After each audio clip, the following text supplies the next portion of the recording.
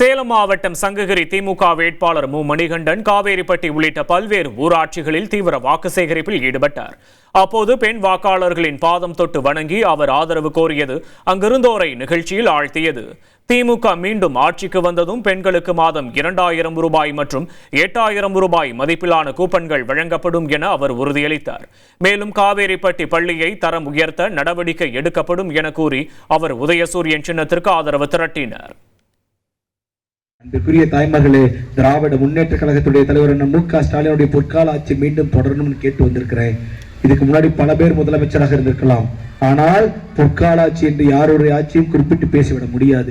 ஏனென்று சொன்னால் இன்றைக்கு இவ்வளவு தாய்மார்கள் இருக்கிறீங்களே, ஒவ்வொருவரும் கட்டணம் இல்லாமல் பேருந்திலே பயணம் செய்யக்கூடிய அந்த மகத்தான திட்டத்தை இந்திய திருநாட்டிலேயே செய்து கொடுத்திருக்கிற ஒரு முதலமைச்சர் இருக்கிறார் என்று சொன்னால் அது நம்முடைய முதலமைச்சர் மு.க. ஸ்டாலின் மகத்தான தலைவர். அதனால சொல்றோம், அவருடைய பொற்கால ஆட்சி மீண்டும் வேண்டும் என்று சொல்றோம்.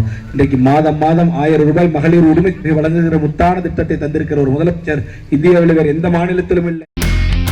இனி செல்லும் இடமெல்லாம் செய்தி.